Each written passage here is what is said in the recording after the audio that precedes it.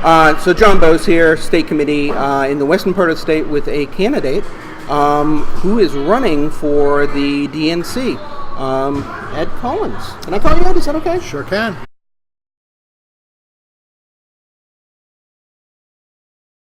So Ed, why don't you introduce yourself to everyone? Hi, I'm Ed Collins. I'm a member of the Democratic State Committee for, 28 years, I guess. Wow. On a ballot seat. Always been a member on a ballot seat.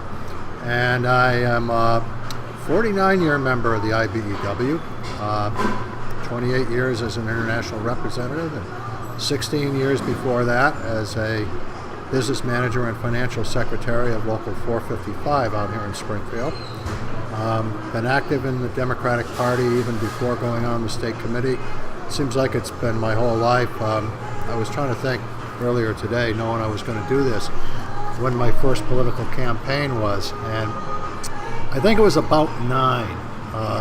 My dad was a school committee man in Springfield, and I worked on his campaigns, and I don't know how much work I really did, but I think he was trying to break all his kids in to be excited. Start early. Yeah, be excited about and active in politics, and it worked with all of us.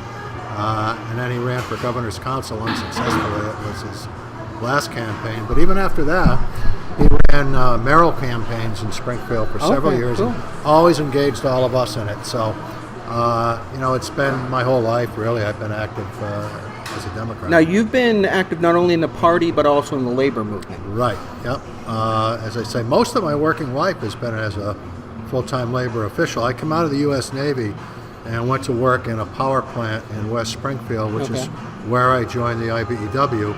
And within a couple of years after becoming a member, at least just about 3 years, I was recording secretary of the local and then president. And at 27, I was elected full-time to a full-time job as the business manager, financial secretary. Okay. And I've been working for the IBEW in one capacity or another ever since. Now, the trades have changed and gone through a lot of dramatic pressure from, for lack of a better word, scabs. Where do you think we're going? Are we in trouble? Or are we? We are in trouble. We're in serious trouble, and have been for a long time. It has a lot to do with me wanting to be involved at the national level with the Democratic Party, because for at least 30 years and arguably 40 years, we have followed a path where under Republican administrations, the labor movement is under full-fledged attack. And we usually hunker down and manage to come out of it bloody, bruised, and having lost some ground, but still here.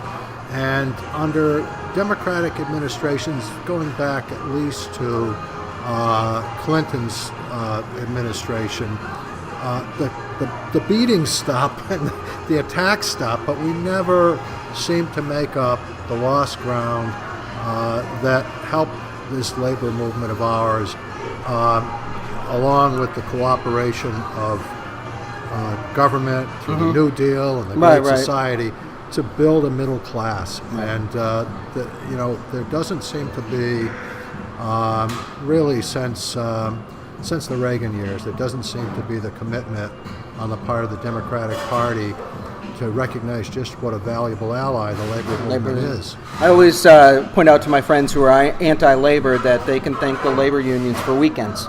Yep, that fits on a bumper sticker too. So yeah, it's an important thing. So my grandmother was a shop steward at AT&T during the whole crisis they went through, and I can tell you that really we owe a lot to the unions. Yep. Now, you've been in the party for a long time. Favorite campaign?